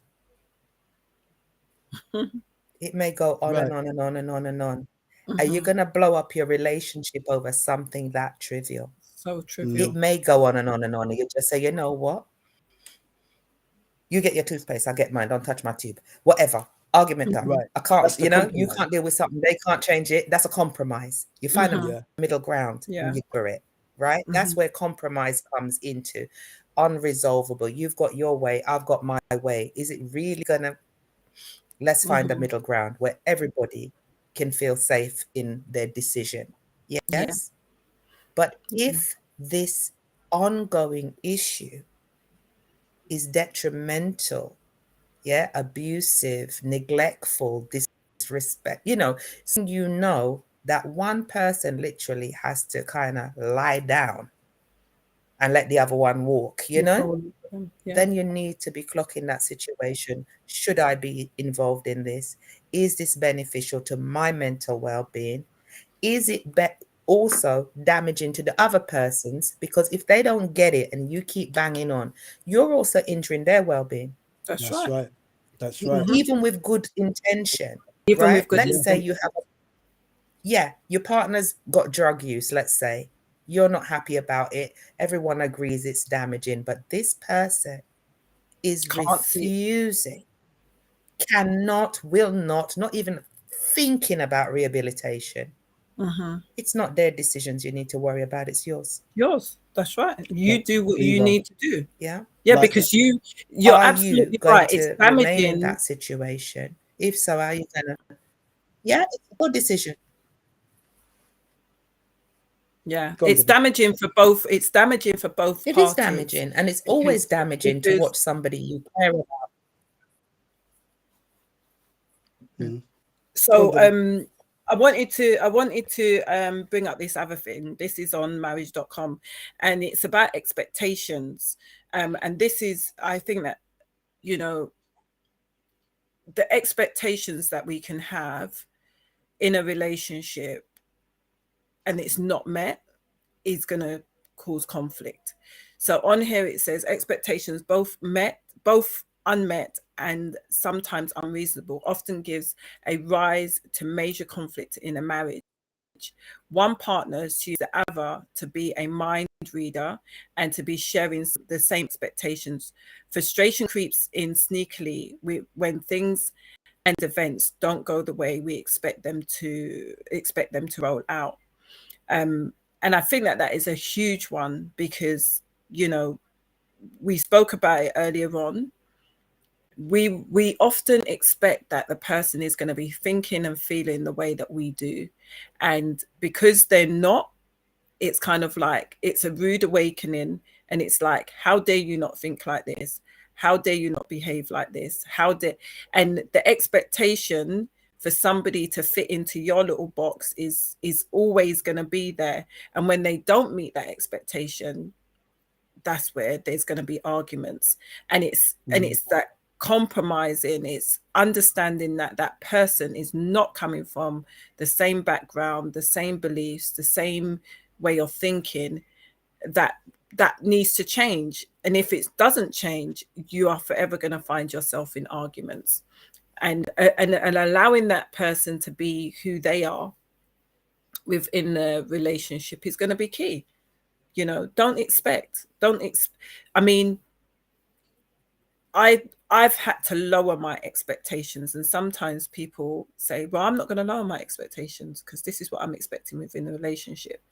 I've lowered my expectations because I had a certain expectation. I thought that this is how you think, this is how you are, and so forth. And by lowering it, it stops you from being disappointed. It stops you from having that conflict. It stops a whole lot of scenarios that would normally happen if you keep that expectation and thinking that this person is going to believe the same way that you believe and do what you actually do. And so I think that is a big one, to be quite honest. See, I think I struggle I remember I said to someone that I have no expectations of you. That way, then I can't be disappointed. Yeah. But people don't like to hear that either. No. But underneath it all, and as time went on, I saw that I had some expectations though. But what I was really saying is that in these key areas here, I don't have that expectation anymore because it's not being met.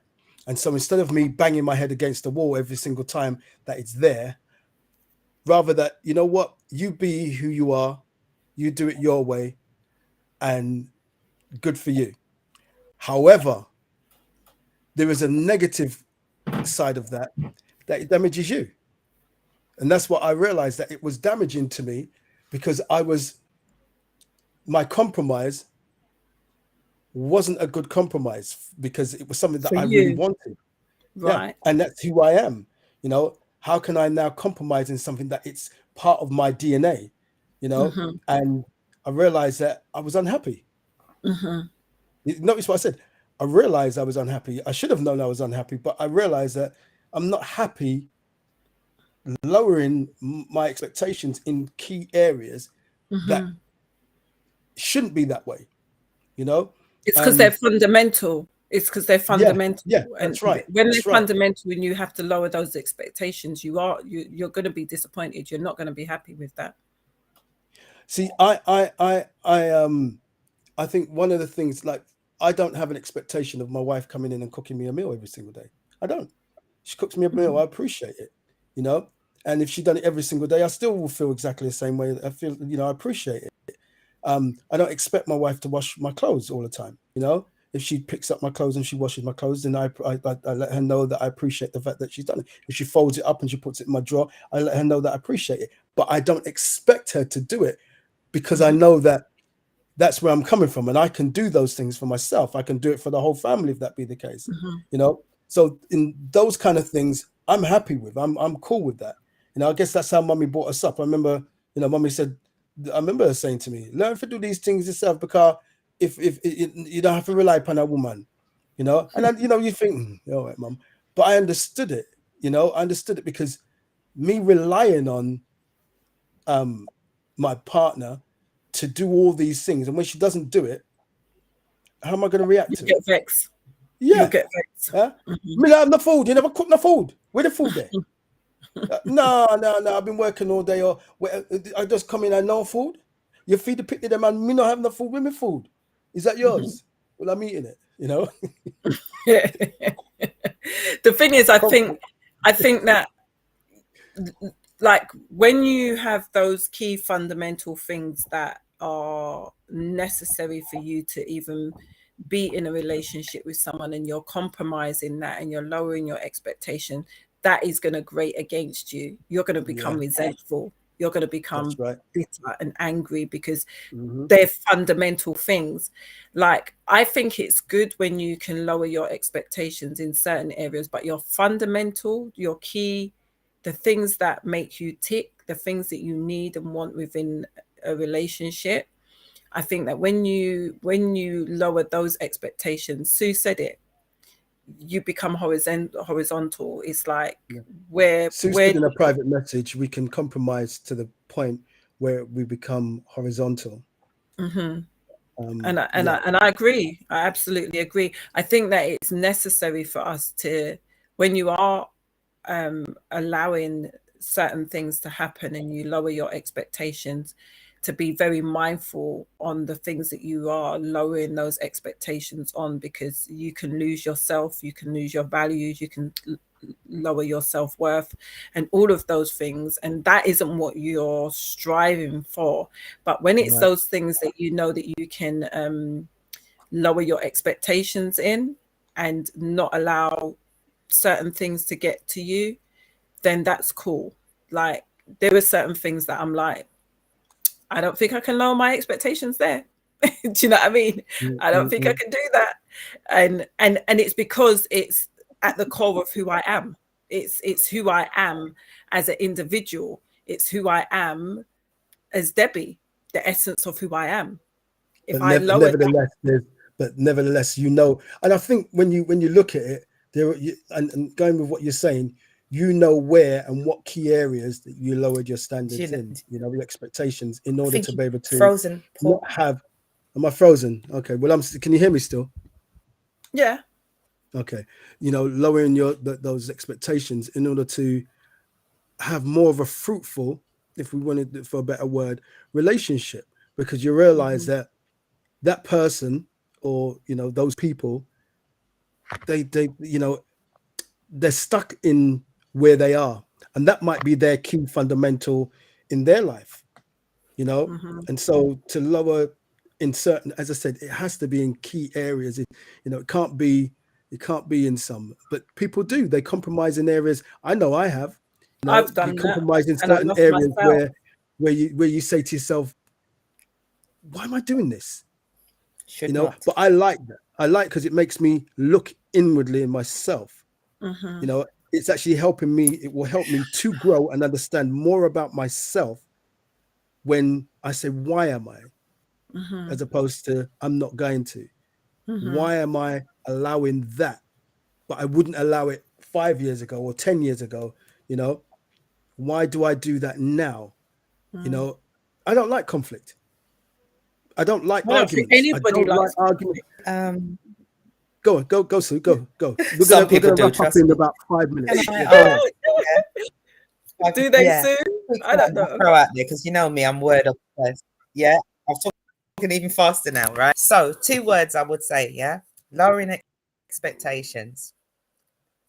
Expectation is something that goes on in your psyche and you inflict on another individual. Okay, that's one. I'm gonna come back to it. Lowering. When you lower something, it makes you feel now acquiring something that is substandard. If I got a lower grade on a test than another individual, I would feel substandard. Does that make sense? Go ahead. So when we're talking about certain things, and I'm saying kind of taking things out of context and making them neutral, yeah, I would say we vary or modify our expectations, yeah, because we were the one that set the bar in the first place. So we have every power to change it. Somebody else is not doing that to you. You're making us say, is this really that important? Yeah, my view is, if it really is a deal breaker, as Paul said, and it's that important to you, you need to say that and to be true to yourself. Because if you're not, that resentment is going to impact your relationship somewhere else. Yes. Yeah. So all I'm saying is that even sometimes the language we use, we embed it, we treat a certain way. Think about these things. It doesn't change anything that I've said, because we mean the same thing. That's but right. when we internal that word lower, we feel cheated. And it does lodge in here. Okay, I've had to lower my expectations because I expected this of them and now they're not good. It starts to do something in here. So yeah, that's my topic. Yeah, go ahead and read. Sharon Thomas says, I believe I have a responsibility to teach my partner how I want to be treated. I do not lower my standards. I encourage him to raise his. Here.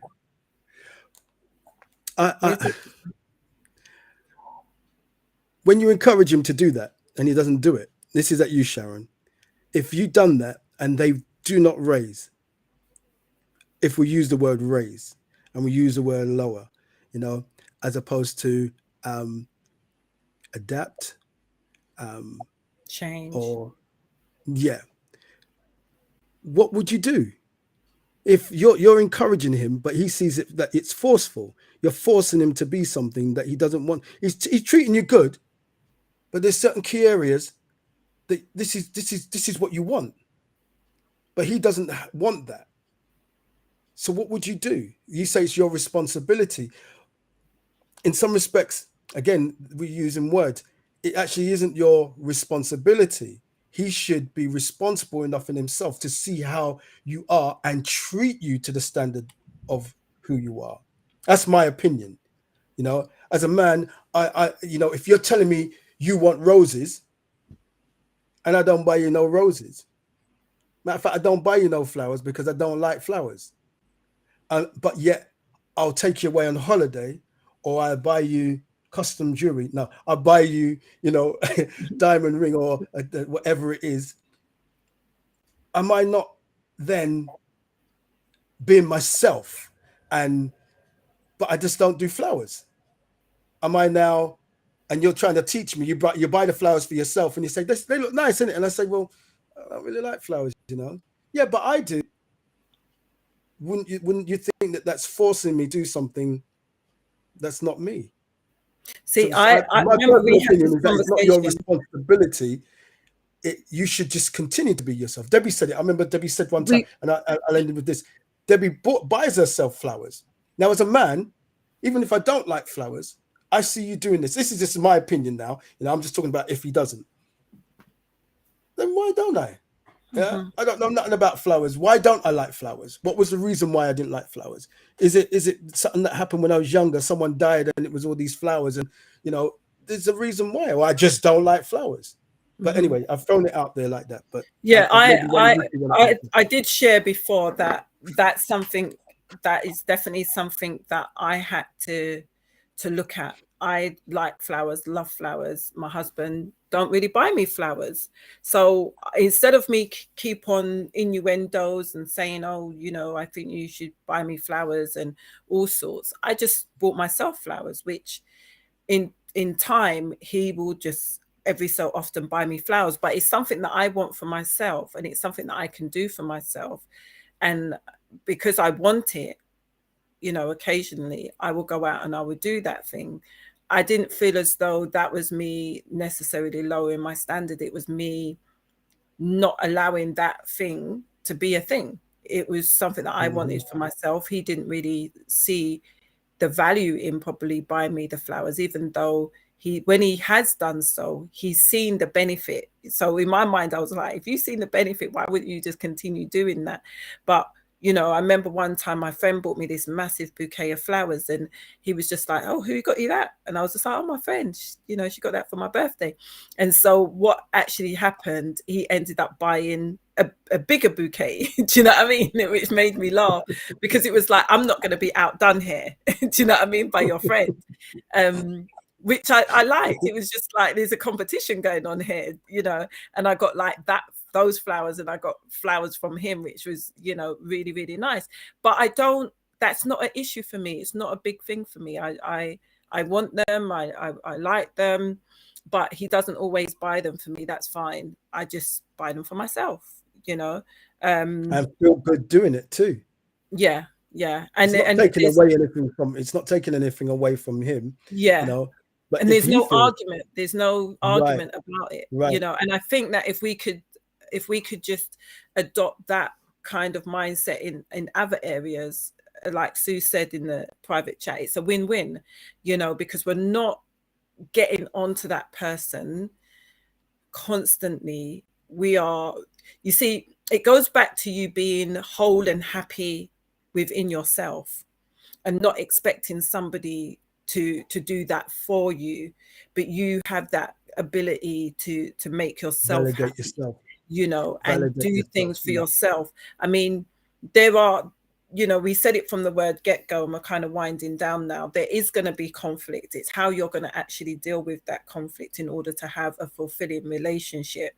Are you going to look at what it is that you're currently doing and make adjustments and make changes so that your relationship can be more fulfilling for yourself and for your partner? Absolutely. It's really about how you are going to navigate through that and make changes and make adjustments so that both of you are winning.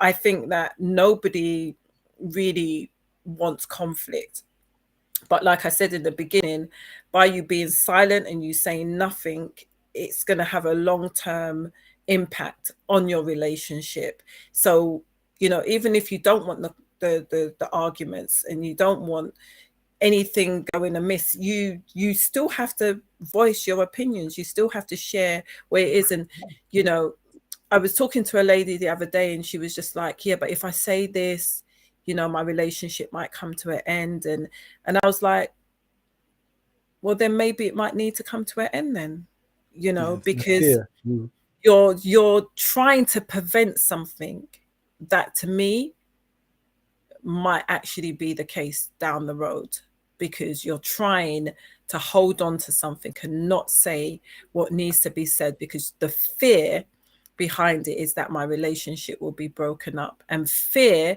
if you're governed by fear, it's not good. Your relationship isn't solid, and it isn't. I believe that. I believe, and I many years ago, many years ago, I recognized this one thing. You see, what you put out there, it can come back. The thing that you fear is the thing you're going to have to face. Mm. And that's what's happened in my life. The things that I feared, I had to face them. You know, I don't want to be a divorcee. I say I never want to be divorced, and I know why I didn't want to be. Well, I'm a divorcee now. You know, and the thing I feared was the thing that got me. The things that I didn't ever fear, I just, you know, I know, you know.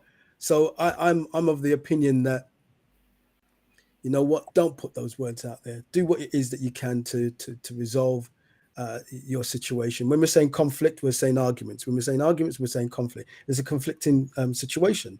We're not seeing eye to eye. Let's try and see eye to eye. Like Sue said, let's have a win-win. If you're in a relationship, I'm going to say again, why go through all the distraught and all this negative energy? You know, why go through all of that? On the same team. 20 years later, I heard of people in their 80s divorcing. It's like, what? The straw that broke the camel's back. But I believe there were things that were going on over the years. And the woman or the man picks up and says, I ain't having this no more. And they're gone. After you've been married for much years. You know, it doesn't make it. But you do, this is my final word, you do have to find that middle ground of communication or bring someone else in as the mediator in order to resolve your conflicting situations or your arguments. Sometimes it will be you both that can do it. And sometimes you might need someone from outside to get you to see reason, or them to see reason, or both to see reason. You're together, and together, not you over there, that person, together. It's supposed to be working in unison. It's supposed to have this, is that the word synergy. And if you're not doing that, you need to look in yourself. What's wrong? What am I not doing right? Let's put it like that. What am I not doing right? And he or she should be saying that. What am I not doing right? What is it that I can do to help improve our relationship? Yeah. And vice versa. And when you start talking like this, it makes a world of difference. It gives you this peace of mind here. Whether they want to listen or not, it gives you this peace of mind here that you've put it out there without fear of the end.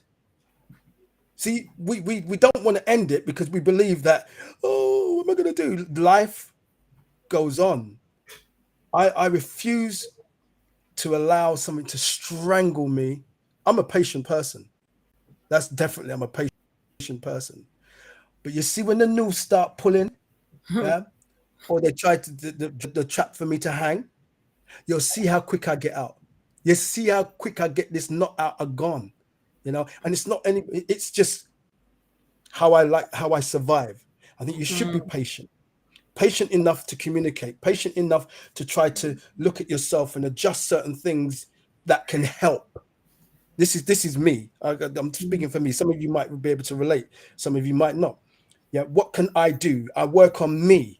What am I not doing? Yeah. And try to do those things so that no one can turn around, and especially the person, and say, well, you didn't do this. Yeah. And I ask you. See, if I ask you and you tell me that that's the thing, I'll damn well make sure that I do that thing. And I'll keep doing it and hear your excuses. Until they move the goalposts. Until, they move it again. So guess what? I'm a goalie. Yeah. We can move with the goalpost too. Yeah. Until I let the goal in because I had enough. Done. That's life. That's my final word. But also on the final word is this. I'm going to let you do this. You do the honors, Sue, on Sharon, our cousin. Can read that? Can you read it? You have your glasses. Read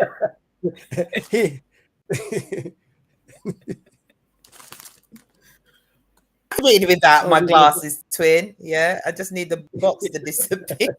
Yeah, right. What Sharon was saying, right? I believe a lot of people are looking for a ready-made microwave relationship. I believe a relationship is like a diamond that is polishing. Work is required to get precious, to get a precious gem. I think. Absolutely. Yeah, she's right. She's right. Mhm. This idea of moving goalposts, this is all part of the journey. Can you imagine? You're exactly the same. Yeah. 50 Cool. years after you met the person, something's broken.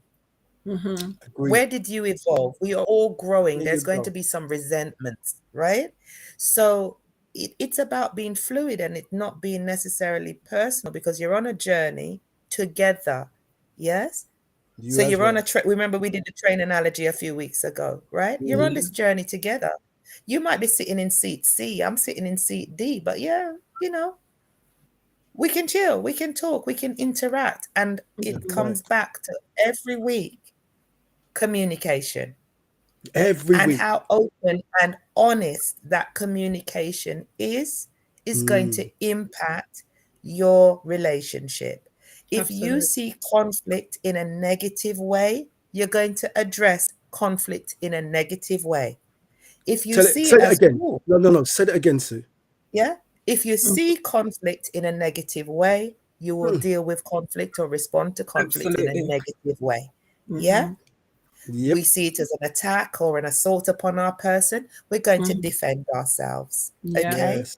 So Yeah. this is where I said before we get into the nitty gritty, if you're already married, you're there. But get into the nitty gritty of how your partner deals with what they view as criticism and critique. Because if they've got no filter, no valve for that, that person is going to come up on you. They won't take it. Any challenge will result in an argument. You got to learn to address that first before you then start dealing with the conflicts. And get out of them feelings. Which Get I out the say feelings. every single week. I seem Yeah. to say, and I heard Yeah. you say it. Come out, Yeah. get out your Come feelings. You out can't because get in your you feelings. can't deal with it while you're in there. And what Mhm. Sharon was saying, I said to people, relationships are hard. Yeah. The only people probably good at this is people with multiple personalities.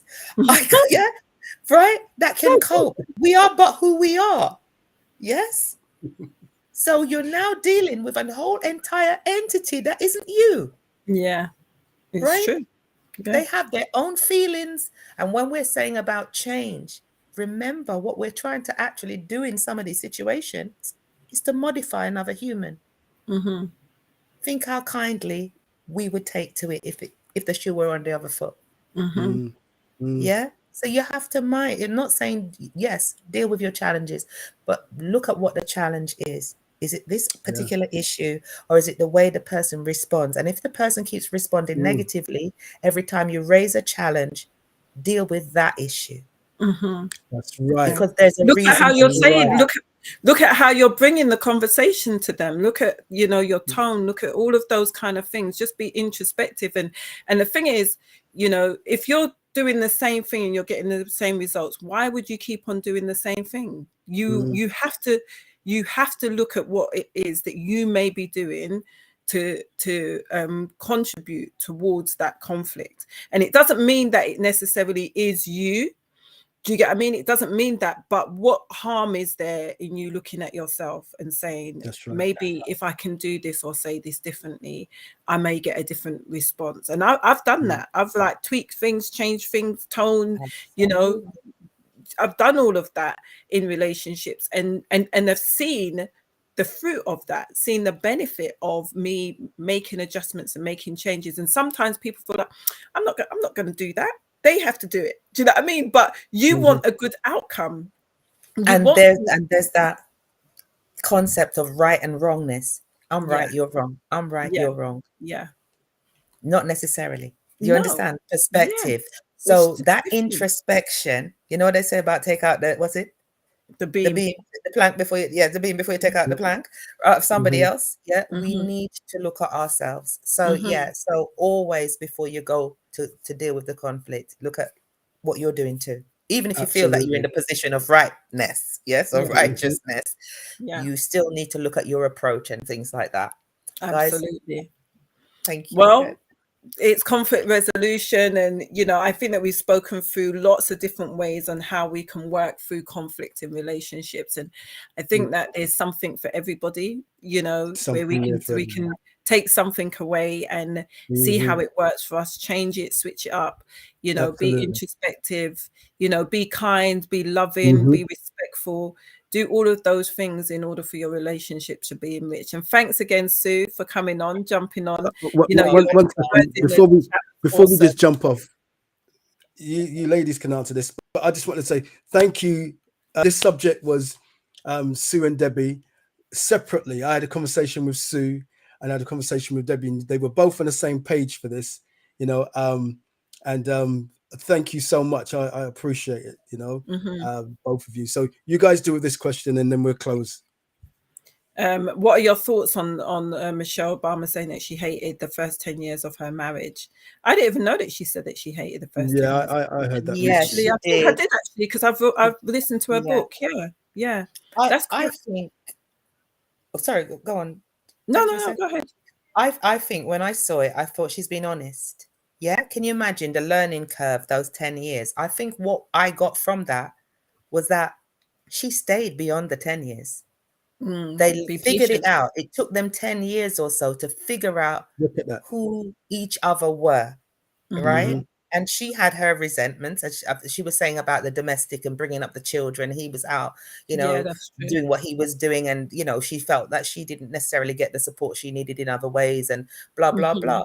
So we were talking about roles a few sessions back. Yeah. Sometimes these roles can feel oppressive and things like that. So I think what was important to take away from that was that how many, I think they're 30 now, years or something crazy, something silly they've been together.